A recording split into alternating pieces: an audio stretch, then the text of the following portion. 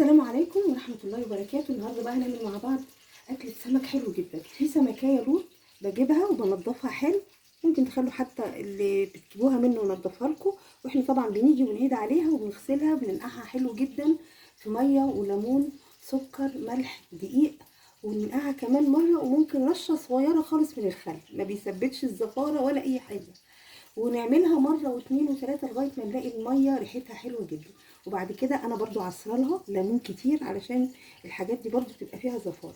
هنعمل لها خلطه جميله، بصل مكعبات فلفل حامي، وبعدين الخلطه بقى بتاعت السمك الجميله بابريكا كركم كمون طبعا للسمك وملح، وهحط بقى ايه توم. هحط بقى هنا في البدايه معلقه كده من معجون الفلفل، وهحط توم برضو،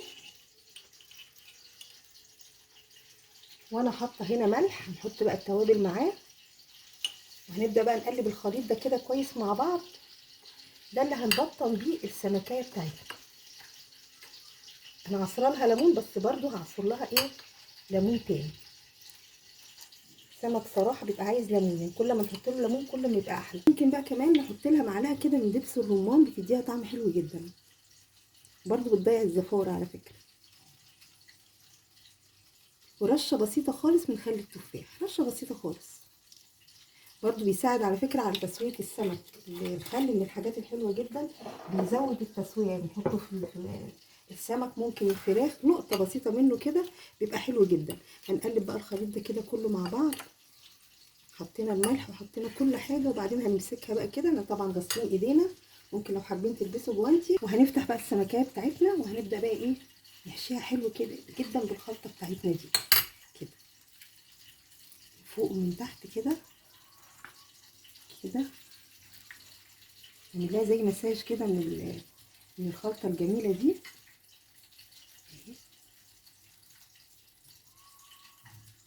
وهنجيب بقى كده البصل، وهناخد معلقة كمان من الثوم ونمسكهم ندعكهم حلو كده، ونجيبها هنا بقى كده ونملاها بالخلطة دي كده، وندخلها فيها كده من جوه، بتبقى في منتهى الروعة. ندخل كده، ولو نقدر نفتحها كمان للآخر بتبقى حلوة اهي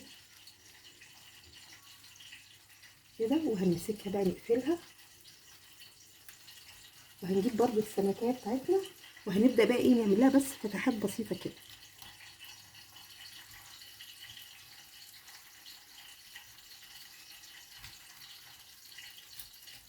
بقية الخلطة بقى الجميلة بتاعتنا دي نجيبها كده ونحط بقى كده جوه الفتحات، ونمسكها كلها كده نعمل لها ايه تدليك كده.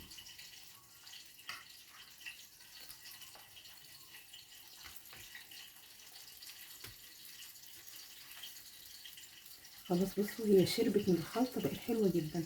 طبعا احنا هنسويها في الفرن، فهنجيب بقى الصاج بتاعنا. هنجيب بقى كده السمكية الجميلة بتاعتنا كده اهي. هنجيب بقى الخلطة كمان اللي بقت بتاعتنا، هتبقى حلوة جدا برضو، نحطها في السمكية كده، وهندخلها بقى الفرن، هتطلع معانا حلوة جدا. وهنرش بقى عليها كده برضو ليمون، هنغرقها بقى ايه ليمون. هي عليها ليمون، هي خدت بصراحة كمية ليمون كتير جدا.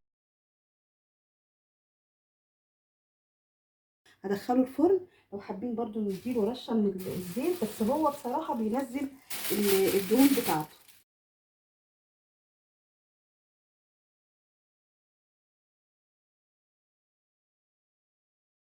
نحطه بقى على درجة حرارة 250، تكون درجة حرارة الفرن عالية. ان شاء الله بقى يطلع معانا حلو جدا ويعجبكم بإذن الله.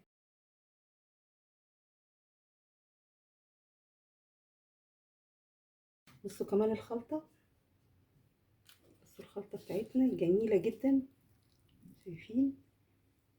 ان شاء الله تعجبكم بإذن الله، واشوفكم على خير. السلام عليكم ورحمة الله وبركاته.